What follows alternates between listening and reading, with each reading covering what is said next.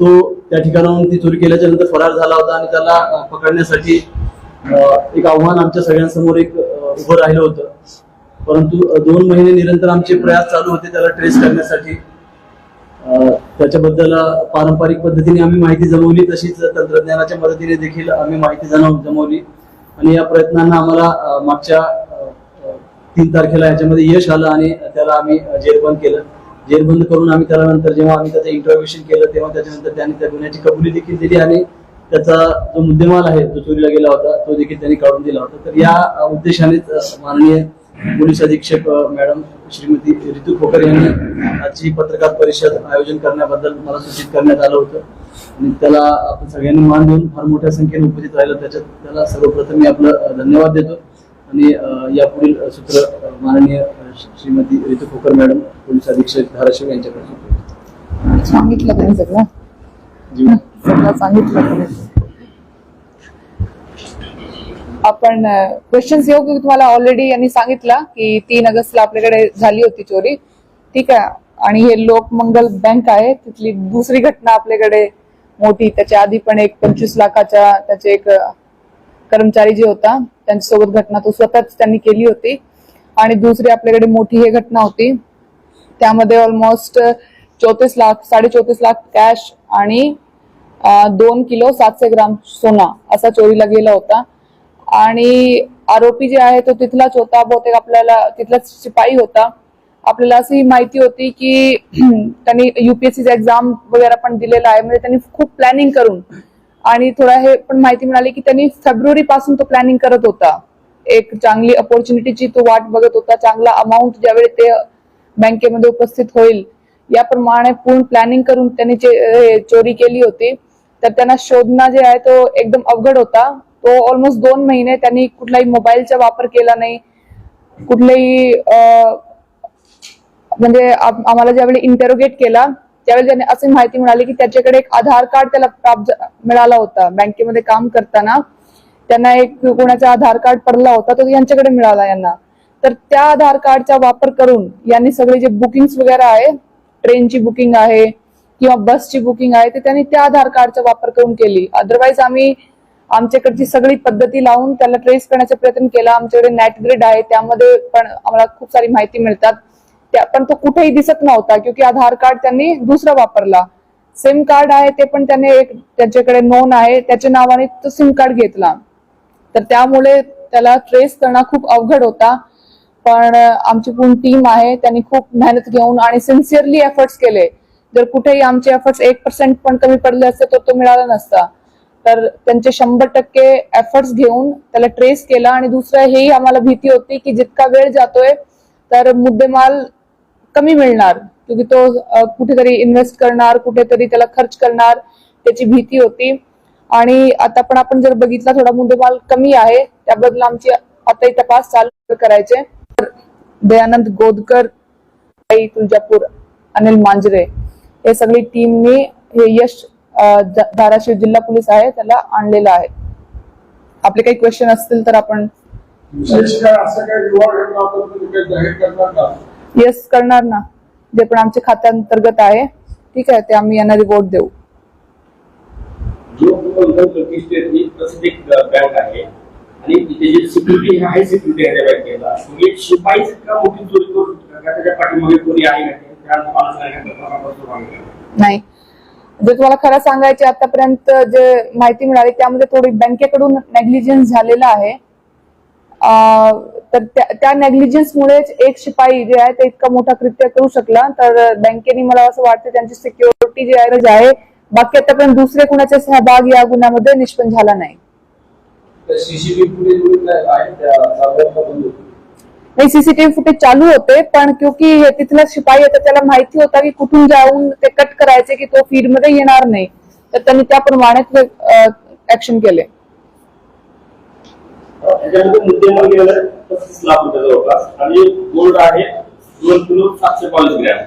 आपण मुद्देमाल केलेला आहे 11 लाख रुपये आणि सोनं आहे 2 किलो 169 ग्रॅम आणि त्याला आपण 30 तारखेला केलेलं आहे.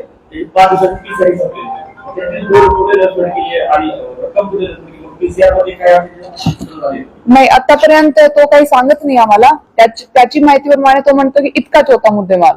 ठीक आहे, तो हे पण मान्य करत नाही की मी कुठे स्पेंड केलाय किंवा मी तुम्हाला सांगत नाही. तो जो मला माहिती देतोय की जितका माझ्याकडे होता यामधून त्यांनी आम्हाला काही एक्सपेन्सेस पण सांगितले, थोडेफार कॅशचे आणि बाकी की मी कुठे स्पेंड केले, पण त्याशिवाय जे पैसे आणि अमाऊंट आहेत, गोल्ड आहे, तो इतकाच होता. तर त्याचं म्हणणं आहे.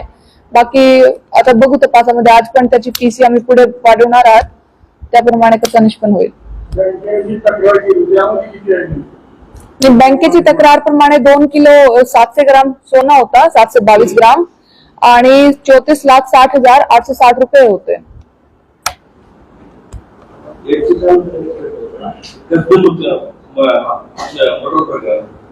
त्यामध्ये जो मूळ आहे त्याला आरोपी म्हणून अरेस्ट केला, त्याला कारवाई झाली. आता त्यामध्ये चार्जशीटची घाण केली आहे, त्यामध्ये अधिकारी कर्मचारी दोष आहे, याच्यावरती कारवाई काय झाली नाही, त्याच्यावर आपण त्यावेळेस मागच्या प्रेसमध्ये जिल्हाधिकारी सांगितलं की विभागीय चौकशी चालू आहे. बरोबर आहे. नाही, चौकशी कुठून आली? ते चौकशी क्योंकि ते पीआय आहे, तर त्याची कसुरी अहवाल माझ्याकडे आलेली आहे आणि मी आयजी सरांकडे पाठवलेली आहे. आता आयजी सर त्यामध्ये पुढची कारवाई ते प्रस्तावित करतील. नाही, त्यामध्ये आधी पी वगैरे सर लावतील, तर पी मध्ये परत डिटेल मध्ये चौकशी होणार, त्यानंतर सर जे शिक्षा आहे जे पण आहे नाही, त्यामध्ये आहे ते जे तपास अधिकारी आहे, त्यावेळेचे प्रभारी अधिकारी होते, त्यांची ते कसुरी अहवाल आहे.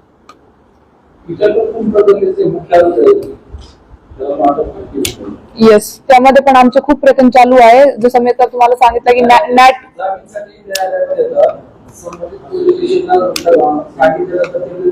नाही, असं नाही आहे.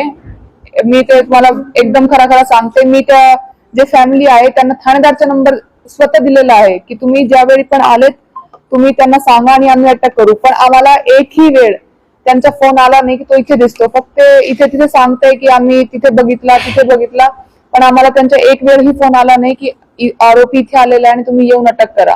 आम्ही वाट बघतोय त्यांच्या कॉलची आणि आमचे जे प्रयत्न आहे तेही आमचे चालू आहे. आता मी तुम्हाला सांगत होते की मॅट ग्रीड मध्ये पण बघितलेलं आहे, आता पण ते उपोषणामध्ये बसले होते. त्यामध्ये आतापर्यंत हाय गाय नाही आहे, ते पण त्यांचे प्रयत्न करताय. पण क्योंकि तो असा क्रिमिनल माइंडेड नाही आहे, त्याच्याकडून पहिलाच गुन्हा आहे, तर तो कुठे एकदम म्हणजे फोन वगैरे बंद करून कुठे लांब, मला असं वाटतं थोडं गेला असतील की आपल्याला ट्रेस लागला नाही. पण जसंही तो थोडा पण ऍक्टिव्ह होईल आपल्याला ट्रेस लागेल त्याचा. आपल्या जिल्ह्यातील भरपूर जिल्हे आहेत, त्या गुन्हे करतात त्या गुन्ह्याचं व्यापार असतात, ते व्यापार आम्हाला समजत नाही. आणि अनेक वेळेस असं होऊन जाते की मोठ्या आपण मला सांगा, जो व्यापार आहे तो व्यापार नाही, आपण आपल्याला तुम्हाला प्रेस नोट देतोय, त्यामध्ये जे आपल्याला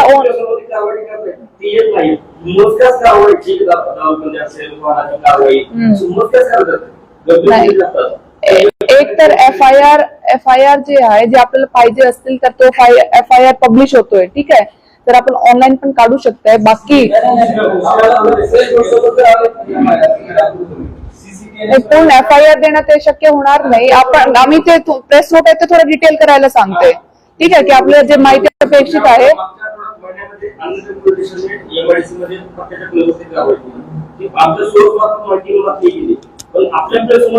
मी त्यांना डिटेल करायला आणि प्रत्येक गुन्हा कव्हर करायला सांगते.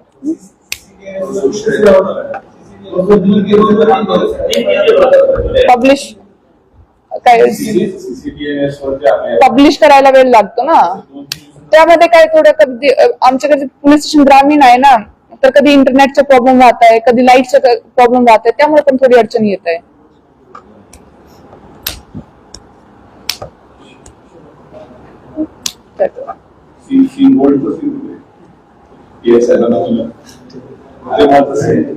मुद्देमालचं सीन